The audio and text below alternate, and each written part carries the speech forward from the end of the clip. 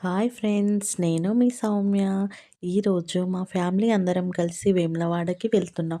ఎందుకంటే మేడారం జాతర వస్తుంది కాబట్టి మేము మేడారం వెళ్ళే ముందు వేములవాడ రాజన్నని దర్శించుకోవడం మా సాంప్రదాయం. ఎప్పుడైతే మేము స్టార్ట్ అయ్యామో, అమ్మో! దారిలో వెళ్తుంటే ఎంత ట్రాఫిక్ చాలా అంటే చాలా ఎక్కువగా ఉంది.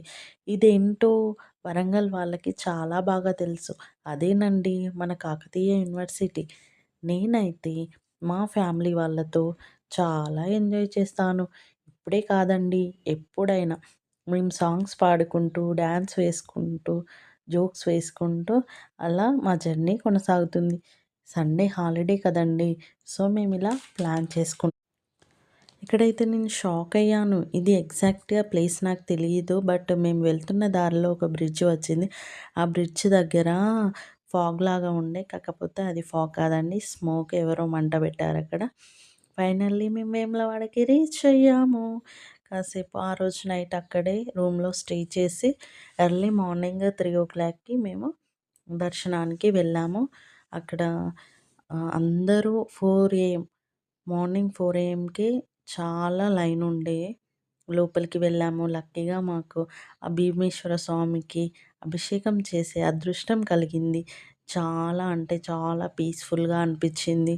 మైండ్ రిలాక్స్‌గా ఉండే అందరూ టైం పోతున్న కొద్దీ చాలా అంటే చాలా క్రౌడ్ పెరిగిందక్కడ. తర్వాత హ్మ్. మా ఆయన అండ్ మా అక్క వెళ్ళి కోడి టికెట్ అండ్ కుంకుమ పూజ టికెట్ తీసుకొచ్చే వరకి మేము 2 అవర్స్ అక్కడే కూర్చొని ఉన్నాము. ఆ తర్వాత కోడన్ని కట్టి కుంకుమ పూజ చేసుకొని మళ్ళీ రూమ్‌కి రిటర్న్ అయ్యేసరికి 8:30 అయింది. మళ్ళీ మేమందరం రూమ్‌కెళ్ళి అక్కడ బోనం చేసుకొని శ్రీ బద్దిపోచమ్మ అమ్మవారికి బోనం అప్పచెప్పాలని మేము బోనం చేసుకొని వచ్చేసరికి అక్కడ చాలా అంటే చాలా పెద్ద లైన్ ఉండే. అక్కడ మేము అమ్మ బాబోయ్! సండే కాబట్టి చాలా మంది వచ్చారక్కడికి. రష్ చాలా ఉండే. లైన్స్‌లో కూడా చాలా వరకు గొడవలు పెట్టుకోవడము, తిట్టుకోవడము జరిగింది. దర్శనం అయ్యేసరికి మాకు 2½ అవర్స్ పట్టింది.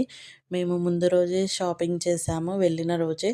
సో, మాకు షాపింగ్ చేసే అంత అవసరం లేకుండే. ఇక డైరెక్ట్ మా మామయ్య వాళ్ళు గొర్రెని కట్ చేసి డైరెక్ట్ ఇంటికే తీసుకొని వచ్చి ఇంటి దగ్గర వండుకొని తిన్నాము.